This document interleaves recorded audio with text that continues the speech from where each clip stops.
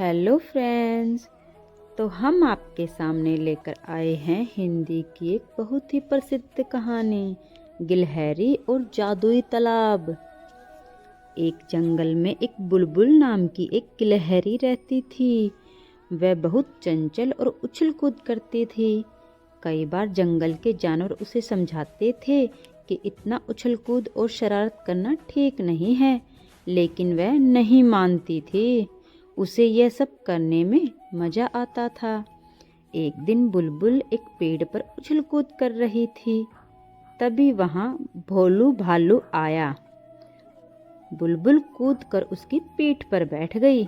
भोलू, बुलबुल बहन, आज भी रोज की तरह शैतानी कर रही हो। पिछली बार तुम्हारे कारण मेरा पैर फिसल गया और मैं कीचड़ में जा गिरा था। यह सुनकर बुलबुल हंसने लगी। बुलबुल, माफ करना भोलू, तुम्हें देखकर तुम्हें छेड़ने का मन करता है, लेकिन मैं वादा करती हूँ आज तुम्हारे साथ कोई शरारत नहीं करूँगी। भोलू एक पेड़ के नीचे लेटकर आराम करने लगा। कुछ देर बाद बुलबुल की आवाज़ सुनकर उठ जाता है। बुलबुल, बचाओ बचाओ, मैं यहाँ पेड़ की डाल पर फंस गई।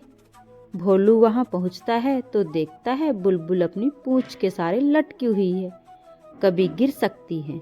वह दौड़कर जाता है और सभी जानवरों को बुला लाता है। बुलबुल, भाइयों मुझे बचा लो, मैं पेड़ पर चढ़ रही थी, तभी दो टहनियों के बीच मेरी पूंछ फंस गई। कुछ देर बाद जिराफ वहां पहुंचता है। वह गिलहरी को पेड़ से छुड़ाकर नीचे रख देता है। बुलबुल सबका धन्यवाद करती है। भोलू, देख लिया शरारत करने का नतीजा, वादा करो आगे से कभी शरारत नहीं करोगी। बुलबुल वादा कर लेती है।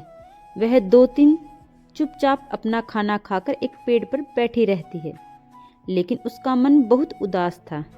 उसे तो उछल कूद करने में मजा आता था। एक दिन वह पेड़ पर बैठी थी, तभी उसने देखा चंचल बंदर इस डाल से उस डाल पर कूद रहा था। यह देखकर बुलबुल का मन भी यही सब करने का होने लगा। अगले दिन उसने फैसला किया कि वह जंगल से दूर दूसरे जंगल में जाकर खेला करेगी, जिससे गांव वालों को उसकी शरारत के बारे में पता नहीं लगेगा। सुबह होते ही वह सबसे बचती बचाती दूसरे जंगल में पहुंच गई। वहां पहुंचते ही उसे एक बड़ा सा तालाब दिखाई दिया। उसने सोचा क्यों न पहले नहा लिया जाए। वह जैसे ही तालाब के पास पहुंची, एक चिड़िया ने उसे आवाज लगाई।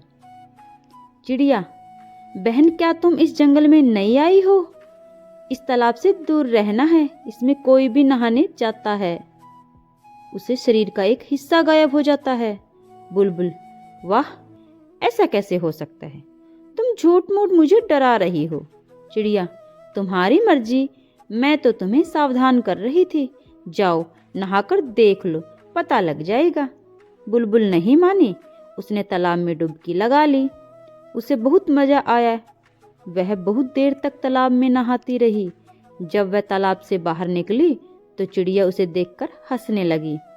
बुलबुल, तू क्यों हंस रही है? चिड़िया, तुम्हारी पूंछ कहाँ है? बुलबुल ने पलटकर देखा तो उसकी पूंछ नहीं थी। बिना पूंछ के वह बहुत बुरी लग रही थी। बुलबुल रोने लगी। वह तालाब के पास जाकर उससे अपनी पूंछ वापस मांगने लगी। सुबह से शाम होने लगी, लेकिन तालाब से पूंछ वापस नहीं मिली। हार कर बुलबुल वापस चलने लगी। तभी तालाब से आवाज आई। तालाब, यह जादुई तालाब है। तुम्हें चिड़िया ने मना किया था यहाँ नहाने के लिए, लेकिन तुम नहीं मानी, इसलिए तुम्हारी पूंछ चली गई। बुलबुल, मुझे माफ कर दो, अब मैं किसी न किसी से बिना पूछे उसकी कोई चीज इस्तेमाल नहीं करूंगी। तालाब, अब तुम अपने जंगल में जाकर सब जानवरों से माफी मांगो और आज से शरारत करना बंद करो। जंगल में सबकी मदद करो, फिर धीरे धीरे तुम्हारी पूंछ वापस आ जाएगी।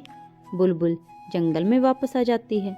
अगले दिन सब बिना पूंछ की गिलहरी की हंसी उड़ाने लगते हैं, लेकिन बुलबुल बुरा नहीं मानती। वह सबसे माफी मांगती है। फिर वह सबकी मदद करने का वादा करती है। वह शरारत में चिड़िया के बच्चों के लिए दाना लाकर देती है। वह बरसात में चिड़िया के बच्चे के लिए दाना लाकर देती है। पेड़ से फल तोड़कर नीचे गिराती है।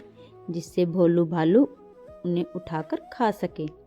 इसी तरह वह सब जानवरों की मदद करने लगती है, जिससे सब उसे दुआएं देते हैं। उनकी दुआओं से उसकी पूंछ धीरे धीरे वापस आ जाती है। यह देखकर गिलहरी बहुत खुश होती है। तो इस कहानी से हमें शिक्षा मिलती है कि बिना आज्ञा किसी भी चीज़ को इस्तेमाल नहीं करना चाहिए। तो कैसी लगी दोस्तों यह कहानी? अच्छी लगी हो तो कमेंट करें और मेरे चैनल को सब्सक्राइब करें। Thank you.